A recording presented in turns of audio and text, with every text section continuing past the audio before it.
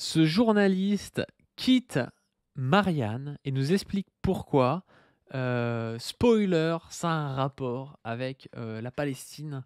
Vous allez voir, c'est absolument délirant son témoignage sur, ce qui se passe à Marianne et puis ça montre en fait que, bon nombre de journalistes ne peuvent pas faire leur travail. Si vous êtes intéressé par le journalisme, n'hésitez pas à venir, à la conférence, dans laquelle je serai avec, tout un tas de beau monde. Ça se passera le 6 mai à 17h, de 17 à 20h. Ça se passe à Poitiers, amphithéâtre Jean Carbonnier. On aura, l'ancien directeur du Monde, Patrick Loyari, qu'Isabelle Hirsch, journaliste à France 3 et CNJ-CGT, Philippe Bonnet, journaliste à Nouvelle République et Centre Presse, Nils Solary, journaliste indépendant à l'association Acrimed et moi-même qui, représentera La Brèche. Et l'intérêt, c'est d'avoir, des gens qui sont dans les journaux locaux, des journaux papier, des journaux, télévisés et puis moi qui représente du coup les médias sociaux pour parler de comment est-ce qu'est traitée l'actualité sociale et syndicale dans les médias. Et justement, la capsule qu'on fait aujourd'hui, ça a un rapport avec ça parce que, on a ce, journaliste qui s'appelle, Quentin M sur, Twitter, qui nous explique pourquoi est-ce qu'il a quitté Marianne. Peut-être que, spoiler, il ne peut pas traiter l'actualité sociale et syndicale sur, Marianne. En tout cas, c'est plutôt social. C'est un journaliste qui s'occupe, lui, des questions internationales et vous allez voir tout ça. Alors, il nous explique, voici quelques jours que j'ai officiellement quitté l'hebdomadaire Marianne et son service international après avoir consacré 10 années de ma vie, à reporter et à informer de mieux que je pouvais sur les sorts des invisibles au Moyen-Orient et en Afrique de l'Est. Comme on dit dans le jargon, j'ai fait valoir ma clause de conscience, estimant que la poursuite de mon métier dans ce journal, nouvelle édition, portait atteinte à mon honneur et à mes intérêts moraux. En cause donc mon éthique professionnelle et personnelle. Cette issue, nous étions nombreux et nombreuses et à la redouter depuis plusieurs mois au journal. Au commencement, il y a eu la mise en vente du journal que nous avons appris par voie de presse. Oh, c'est bizarre.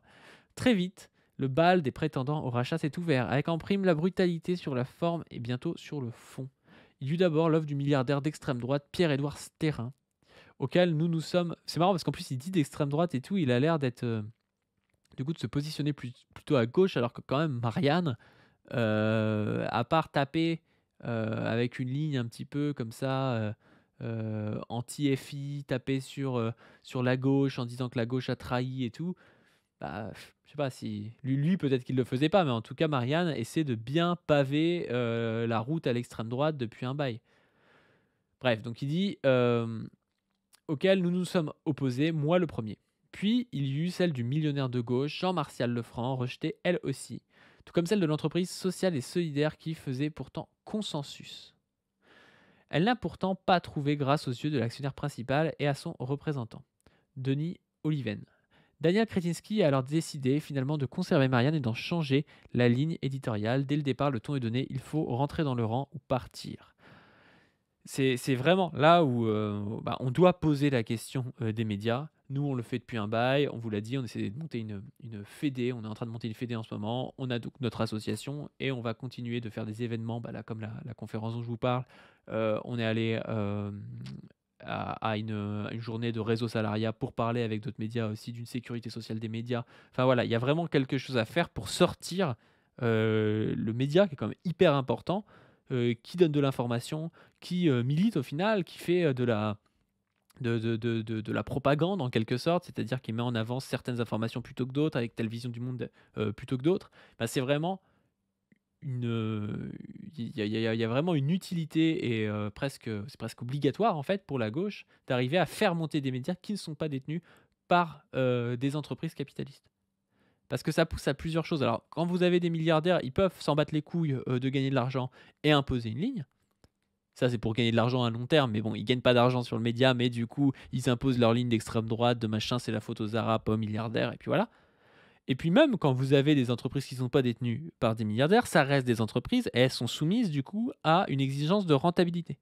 Et étant donné qu'elles sont soumises à des exigences de rentabilité et de faire fructifier leur capital et tout ça, ben, elles rentrent aussi des fois dans une guerre à ah bah, qui fait la meilleure annonce, le titre choc, utilise des faits divers pour jouer sur, sur l'émotion ou je ne sais quoi, pour essayer de monter et puis pour essayer d'être rentable, quoi.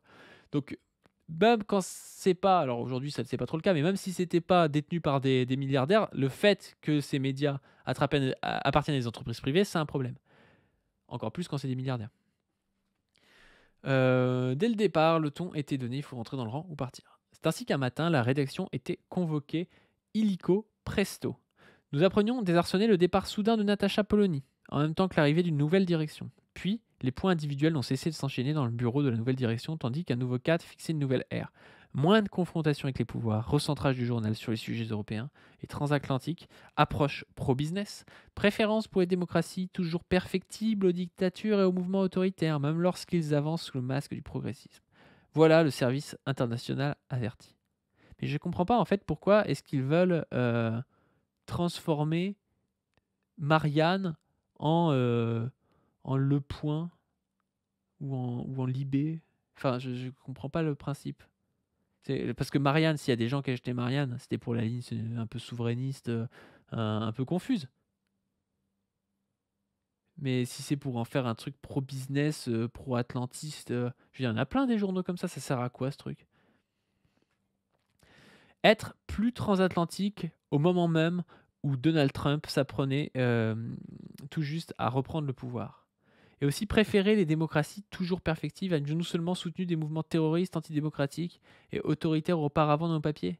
Jamais. Évidemment, il fallait lire entre les lignes. Il y a Fluff qui dit, il n'y a rien qui dit que ça se vendrait mieux. Bah oui, c'est juste un truc pour pousser une ligne. Hein. C'est sûr que ça se vendra pas mieux, ça se vendra peut-être même moins bien. Ce fut à mon tour de vouloir rencontrer cette nouvelle direction. Il m'a été reproché devant témoins un tropisme anti-israélien. Oh, comme c'est bizarre! C'est bizarre ça, les milliardaires, ils rachètent des journaux pour virer les gens qui sont trop pro-palestiniens, même dans des journaux comme Marianne. C'est bizarre. De trop couvrir la campagne israélienne au Moyen-Orient, dans mes sujets. Il m'a été dit qu'il faudrait à l'avenir intégrer deux impondérables. Israël est une démocratie et il n'y a pas de génocide à Gaza. Non mais vous imaginez le délire du truc, quoi. Vous avez, enfin, les médias en France appartiennent à des milliardaires qui imposent des lignes où vous n'avez pas le droit de dire qu'il y a un génocide dans un endroit où vous en avez un, quoi.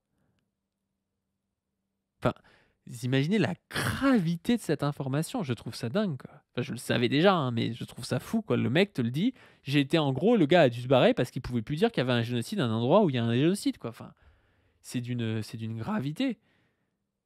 Comme si vous étiez, vous étiez pendant la Seconde Guerre mondiale, vous vouliez écrire un article anti-allemand et puis on vous dit: «Ah bah non, mais en fait, c'est une démocratie», enfin, c'est ouf, quoi.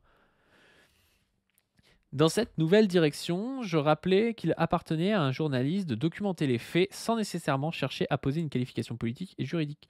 J'ai rappelé que les anciens arabes de 48, citoyens israéliens musulmans, n'avaient pas les mêmes droits que les citoyens israéliens juifs, que le droit israélien rendait possible leur expropriation à tout moment, que plus de 150 000 hectares ont été confisqués au profit d'agglomérations juives. Je rappelais le sort des Palestiniens, de Cisjordanie et de Gaza, dérogatoire du droit commun israélien. Je faisais signaler que des organisations internationales et des institutions très sérieuses concluaient à un génocide en cours à Gaza, dans la lignée de la Cour internationale de justice, qui a conclu à un risque plausible de génocide, ou de la Cour pénale internationale ayant émis officiellement un mandat d'arrêt contre le Premier ministre israélien Benjamin Netanyahou et son ancien ministre de la Défense pour des crimes de guerre et des crimes contre l'humanité commis dans la bande de Gaza occupée. Non mais c'est fou, quoi. C'est fou. Le mec rappelle juste des trucs de base, puis il se fait taper dessus, quoi. Quitte à perdre de l'argent, autant pousser ma ligne. Bah c'est ça, c'est ça. Le mec se dit, bah autant faire le droitard, hein, j'ai payé, j'ai le droit de faire le droitard, quoi. Ça devrait être interdit, en fait. En fait, ça devrait être interdit que des milliardaires et des médias comme ça, quoi. On m'a ensuite reproché des publications sur mon compte X jugées trop partisanes.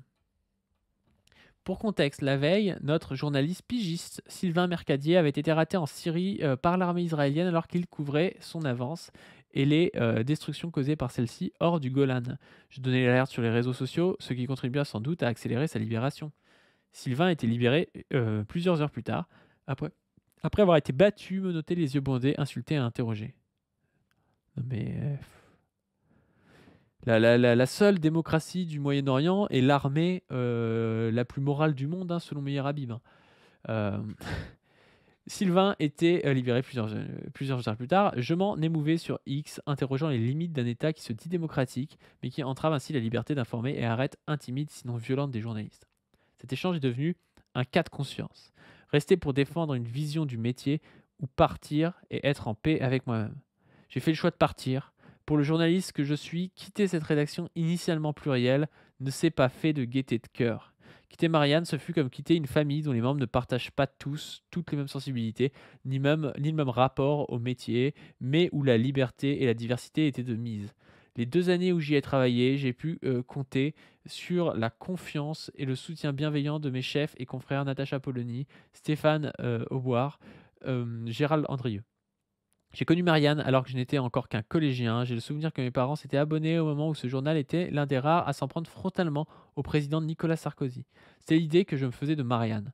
Mais aussi longtemps qu'il restera des journalistes pour s'interroger sur l'éthique de leur métier et son impact sur les désordres du monde, le recul de la démocratie, la violation du droit international et des droits humains, la crise climatique, les injustices, l'esprit de Marianne vivra.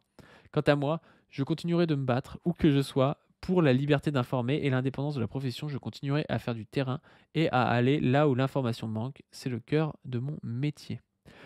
Donc, voilà ce qu'il nous dit. Et au fond, on pourrait dire que c'est en rapport avec la mobilisation. Marianne, journal souverainiste, entre deux, qui finit par être de droite. Bah, fallait choisir. Au bout d'un moment, Marianne devait soit choisir la droite, soit choisir la gauche.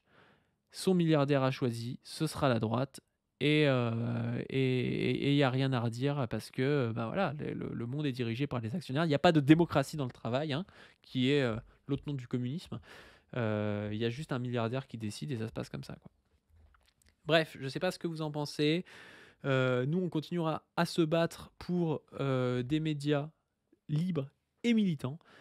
Sur ce, n'hésitez pas, pour nous aider à faire ça, à donner sur le Tipeee. N'hésitez pas à venir à la conférence dont je vous ai parlé le 6 mai de 17 à 20h, amphithéâtre Carbonnier à Poitiers. N'hésitez pas aussi à vous abonner à cette chaîne, à ma chaîne Padu, PADU. Allez voir le vlog où on a rencontré Réseau Salariat et Bernard Friot pour parler de sécurité sociale des médias, justement, sur ma chaîne Padu, PADU. N'hésitez pas à vous abonner à la chaîne de Zoé et aux autres membres de la Padu Team, à Position Revue, d'aller voir sur leur site et tout ça. Sur ce, je vous dis à plus.